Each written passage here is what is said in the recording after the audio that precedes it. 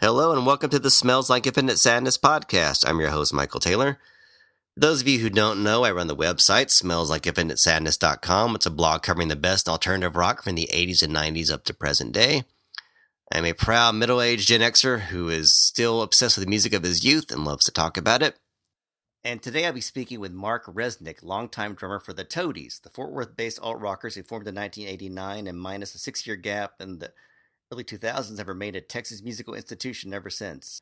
The band are currently on a North American tour to celebrate the 25th anniversary, 25 years of Rubberneck, their 1994 release that broke them to the masses thanks to hits like I Come From the Water, Tyler, and Possum Kingdom.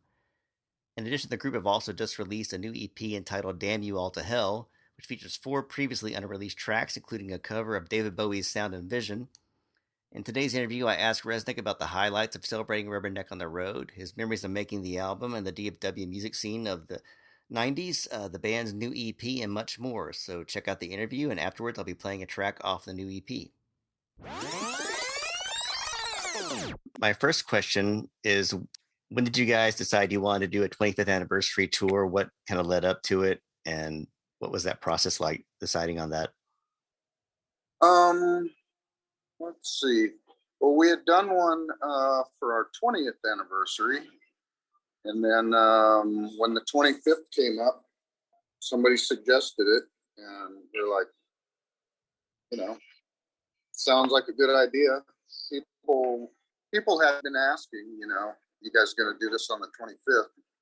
At first, we were a little lukewarm about it because we had just done the 20th. But then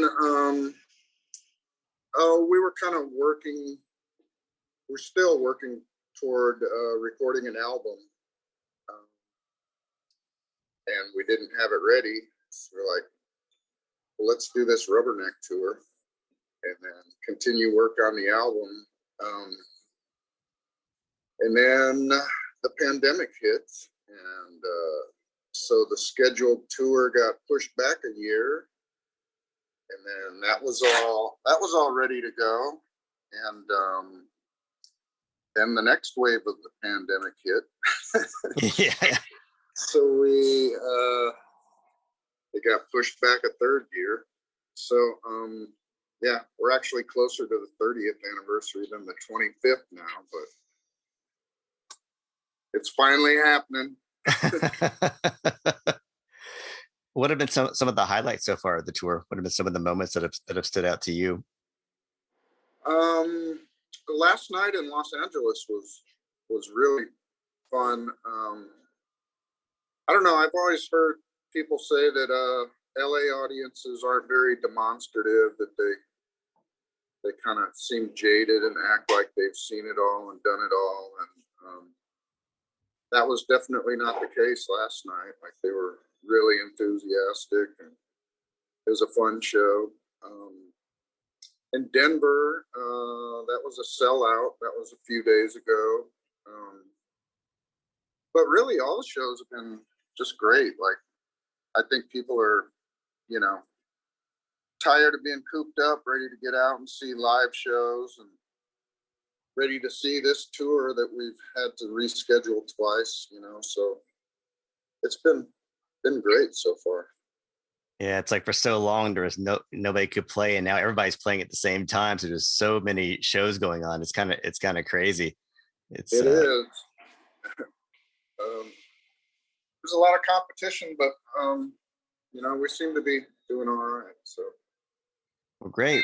Well, when you're playing these, your Rubberneck tracks, do you ever try to throw something in to kind of change your arrangements up just to make it more interesting for you guys, or do you feel like you need to really stick close to the original recording so that it's the way fans are used to hearing it, or do you kind of do a mix of both, or how do you work on that when you're working on the set? I think like for these type of things where you're playing the whole album, our idea is to stick as close to the album arrangement as possible, because I think that's what people are really coming to see. I think at other times when it's not really specifically, we're not playing the whole album, just like a quote unquote regular show. we do sometimes mess with the arrangements, just to change it up and everything. But it was interesting when we were rehearsing for the tour. Like, we went back and listened to the album, each of us on their own with a fine-tooth comb. And it was interesting to see how the songs had kind of naturally sort of evolved and mutated over the years. And it was weird to go back and listen to the original recordings and like, oh, I've been playing it like this all this time, but actually the recording goes like that. So it's kind of fun to fine tune it back to the way it started. Well, you guys also just put out a new EP, which I like quite a bit. And was that recorded during the pandemic, or when did you all start working on that? And what was the creative process behind that like? It was all recorded prior to the pandemic. 3 of the songs were recorded during the sessions for our last album, Lower Side of Uptown.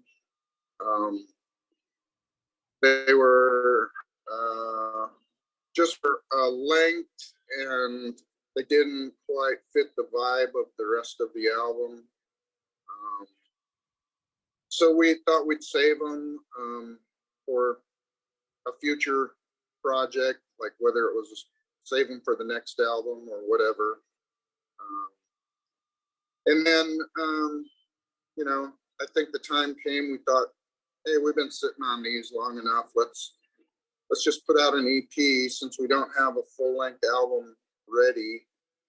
Let's put out a new EP, about the time that we're starting the tour, to let people know that we're still a viable act, that we're still making music and stuff.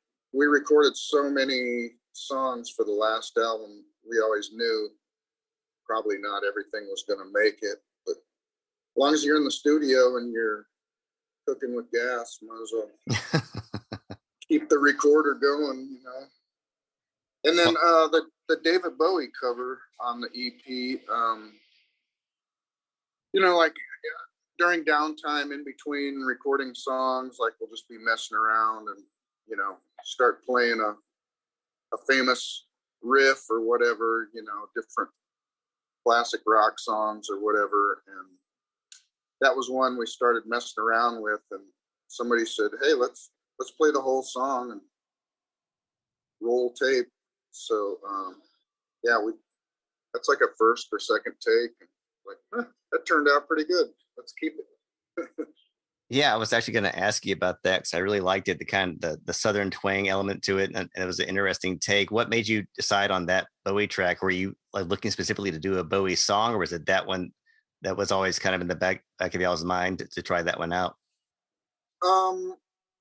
That's been my favorite Bowie song for, since I was a kid.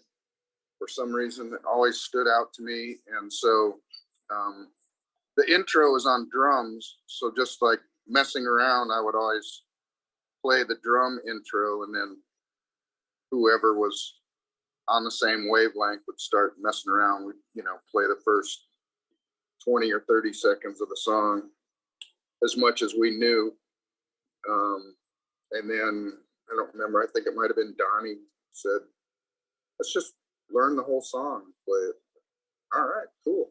It was kind of cool to do it, just with our regular 4-piece instrumentation, because the original has synthesizers on it, and that kind of stuff. So it's cool adapting some of those parts to guitar and stuff like that. Came out pretty cool, I thought. So I know obviously this tour is based around Rubberneck, but are you doing any other songs? Have you put any songs from the EP in the set list, or is it strictly Rubberneck songs and that's it? No, we since Rubberneck's only 36 minutes long or something, we have to fill out the rest of the set. But we start off usually with a few songs from our catalog to kind of get warmed up, and then Then we blast through Rubberneck front to start. And then for an encore, we play some others. We've even been, we got a brand new song we haven't actually recorded yet that we've been playing. And at Soundcheck, we're working up some of the other new songs that we're hoping to record later in the year or next year. So, you know, we know everybody's coming here to see Rubberneck, but figure as long as we have them, you know, here's one new song. Nobody wants to go to a concert and hear a bunch of new stuff they've never heard before. Yeah. So we throw one in, and that's, you know, kind of a teaser for stuff that's coming up. And people seem pretty receptive to it, so it's cool. Well, when you are revisiting Rubberneck, are there any songs in particular that you prefer playing the most? Is there one like this tour that you are really in sync with more than the others, or is it all just kind of equal as far as when you think back on it? Like on a normal set that's not specifically a Rubberneck set, we generally play, you know, 3/4 of the album anyway, so it's not really new, but not necessarily in the order that they appear on the album. So it's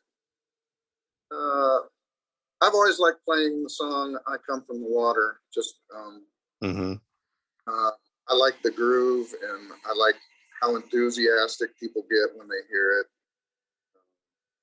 But really, you know, it seems like every song on that album is somebody's favorite, you know. But especially, you know, the big hit was Possum Kingdom, so it's always fun to see the response once we start playing that. It's just really cool that, you know, pretty much everybody, you know, knows the album front to back. So just the anticipation of, ooh, I know the next song is my favorite or whatever, like all of that stuff just makes it, it's real, like just fun, like seeing the smiles on people's faces and the enjoyment people are getting from hearing these songs they've heard their whole life. Is just, it's a cool feeling, honestly. Like we haven't toured in 5 years, so it's just, it feels really gratifying. You know? Yeah, I mean, I think what I love about Rubberneck so much is it's one of those albums that I feel like it never really dates, like because your sound is so particular that I feel like it's held up so well throughout the years that I think it's got kind of a timeless quality to it. And I think that's probably one reason why it's still so popular. Yeah, we never, you know, obviously never planned it that way, but it's cool. And it's really cool seeing, you know, the different generations of people in the audience. You know, there's people bringing their kids and stuff, and there was even there was a show where there were 3 generations, like a dad and his daughter and her son. Oh wow! So pretty cool that, you know, that this one album that we did when we were kids still appeals to people of all ages. Like it's kind of mind blowing. It's nothing we ever planned on, you know.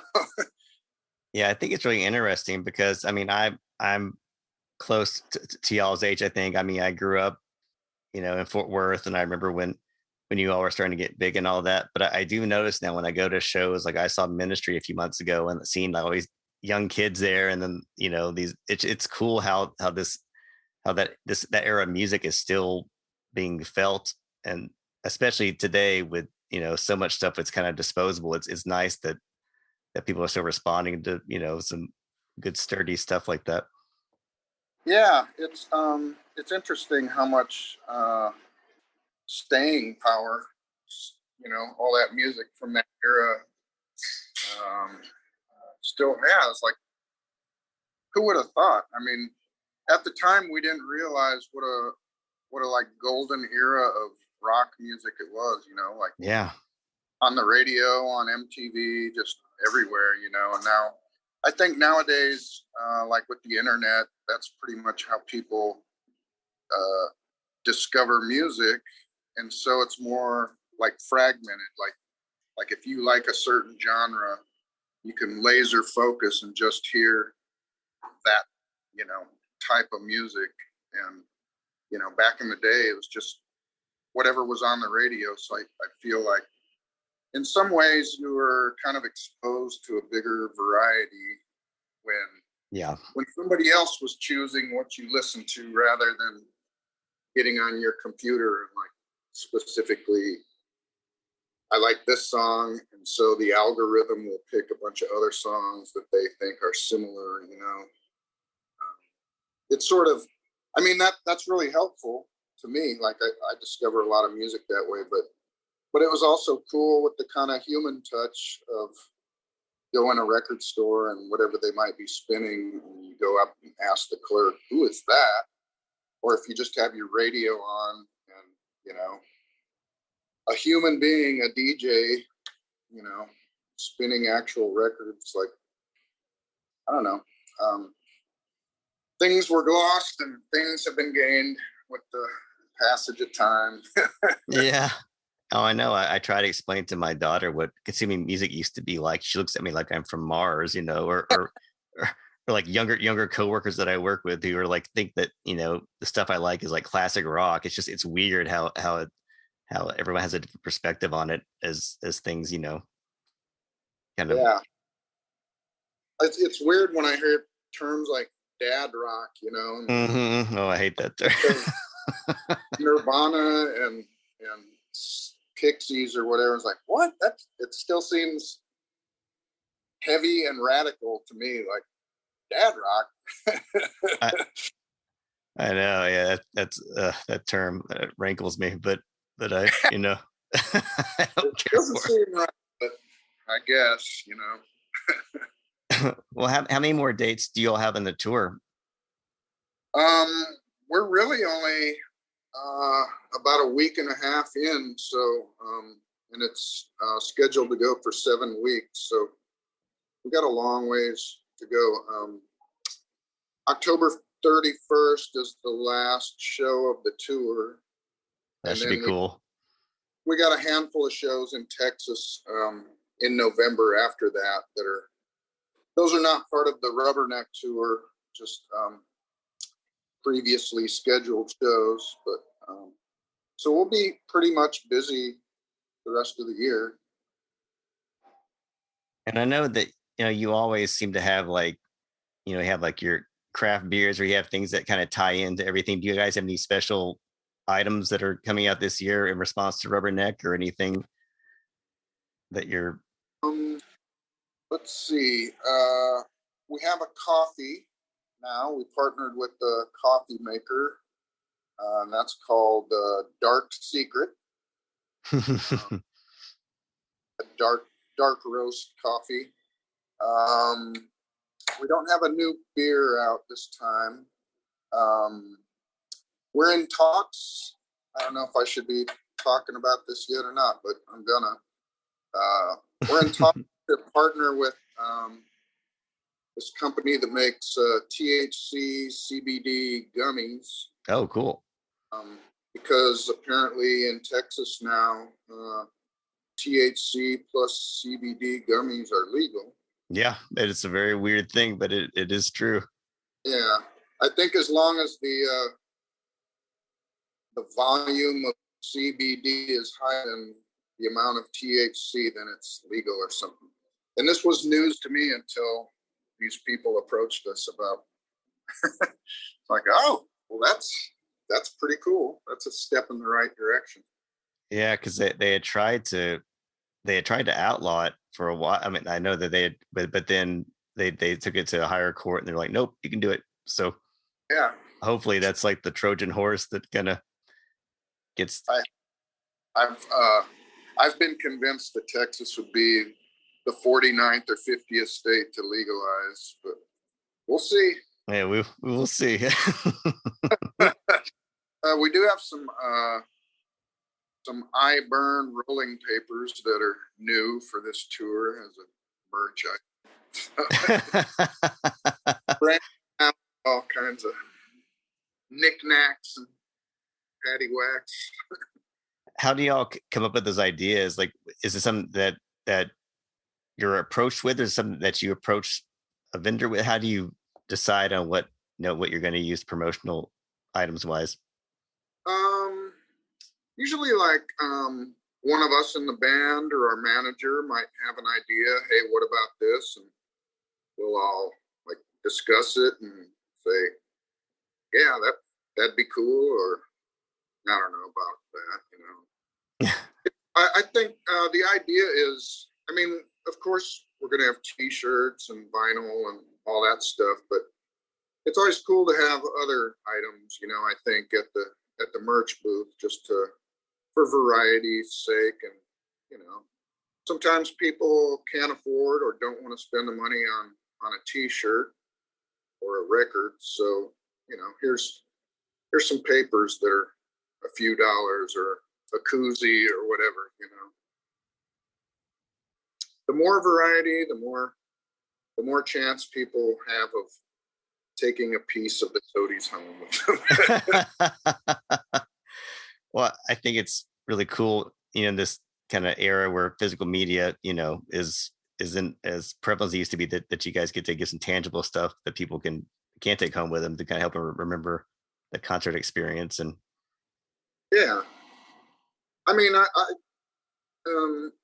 like doing that. Like if I go to a show and like we try and keep the price of our t-shirts and stuff as low as we can and still make it worthwhile. But some of the bigger big touring acts and stuff, if I go to like an arena show, I'm like, oh my god, they want how much for a t-shirt? And, even if I love the bands, god, I just can't be spending that much on a t-shirt. So but I do want something, like I saw the Rolling Stones 5 or 6 years ago, and I want something, just to remember, hey, I was there, I experienced that, so whether it's just a koozie or a whatever, like it's fun to have cool stuff, cool little shit to have around the house.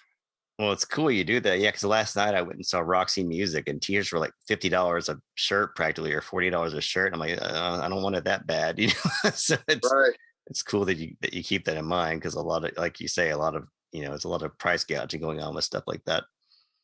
Yeah. How was the Roxy show? It was very good. It was really, really cool. Like I don't think they've ever played. I think they played Texas like 46 years ago or something crazy like that. So it was amazing. It was really cool. Yeah, it was really because they're not doing that many dates. One of them was going to be Dallas, but it happened to coincide with us being on this tour. So I'm like, I've always wanted to see Roxy, and I never have, and I'm still not going to be able to see him because the dates and the stars do not align. Yeah, I lucked out with it, but yeah, it was really cool. Cool. Interesting mix of generations. Talking about generations, like you were saying, it's all over the map for that show. It was. Yeah, I bet. And I saw some of the playlists, the set list that they've been using, and they're pretty much covering their whole catalog. Yeah, it was pretty even handed, I thought, as far as covering all their stuff. Yeah, would have loved to see it. Maybe someday.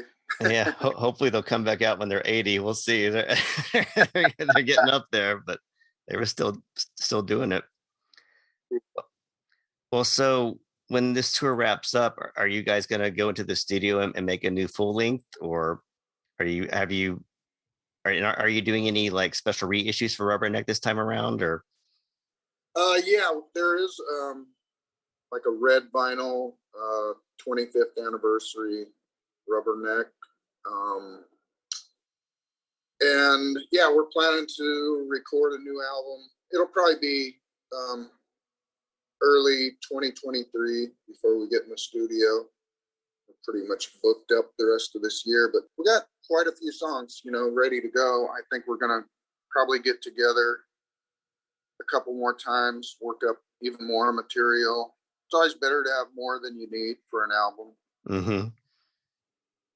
So yeah, really excited to finally be working on new stuff.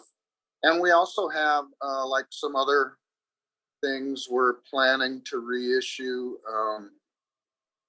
We're going to put out, it's the very first Toadies single. It was originally only released on cassette. The two songs are Dig a Hole and I Hope You Die. Oh, but I'm wanting to hear you guys play I Hope You Die. So I miss that song so much. Yeah. It's never been out on vinyl before, just the self-released cassette that was actually recorded before I was even in the band. Yeah, we've been working on that. That's going to be finally coming out on vinyl pretty soon. And then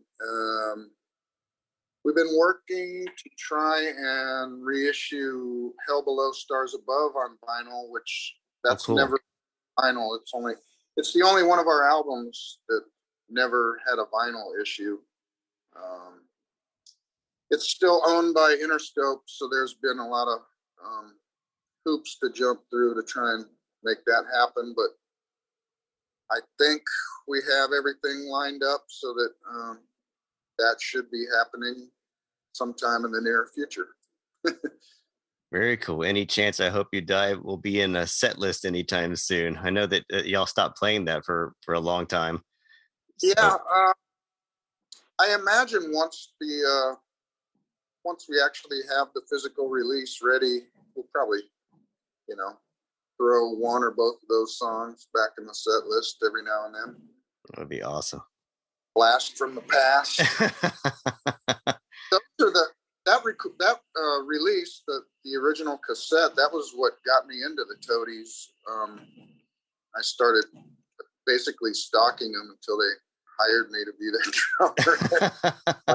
I was blown away when I heard it. Like, oh man, there's some guys from Fort Worth that sound like the Pixies. So I was in as soon as I heard it. So I'm really excited that it's finally coming out on vinyl.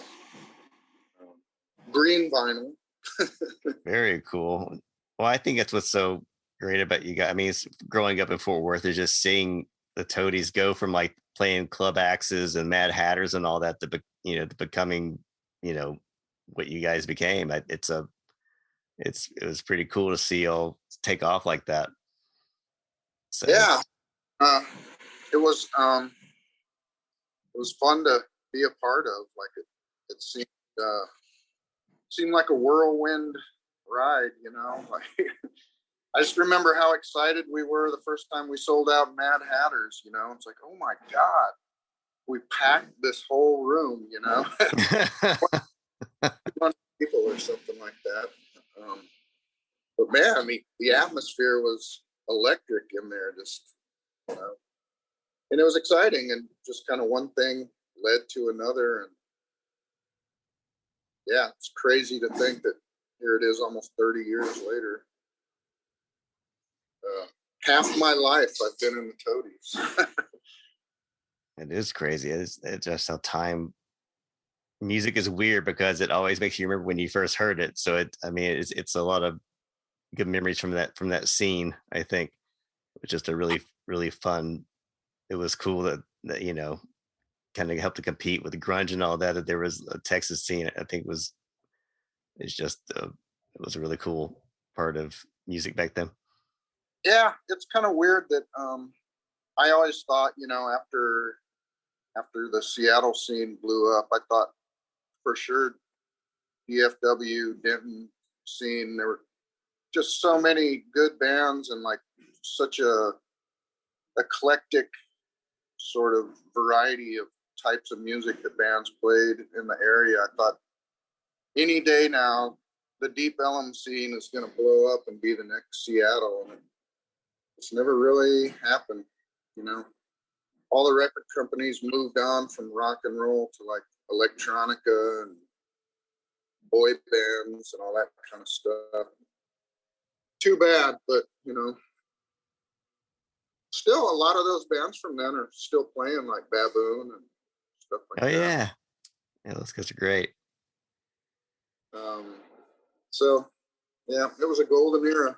It really was. We were there. Yeah. Well, are you guys planning on doing another Dios de los Toadies for next year, or? No definite plans for that. We sort of kind of discontinued it after 10 years with plans to maybe revisit sometime. The timing was right. Like, it was really just before the pandemic, but it seemed like it was fun, but it seemed like we put a lot of work, heart and soul into it, not much financial gain. So we wanted to rethink how we were doing it, and try and do it better. And we're still trying to figure that out. Well, I hope to see you guys next time you hit Austin. I'll definitely plan on being there. Always. December. Yep. All right. Well, between Christmas and New Year's, I think. Excellent. Well, thanks so much for your time today. It's really nice chatting with you. Good luck with the show tonight, and yeah, look forward to seeing you all when you come here in December. All right, sounds good. Thank you so much for taking the time for this. Oh, thank you. A big thanks to Mark for taking time out for this interview today. You can purchase concert tickets for the band's remaining Rubberneck tour dates and buy their new EP, Damn You All to Hell, at the band's official website, thetoadies.com.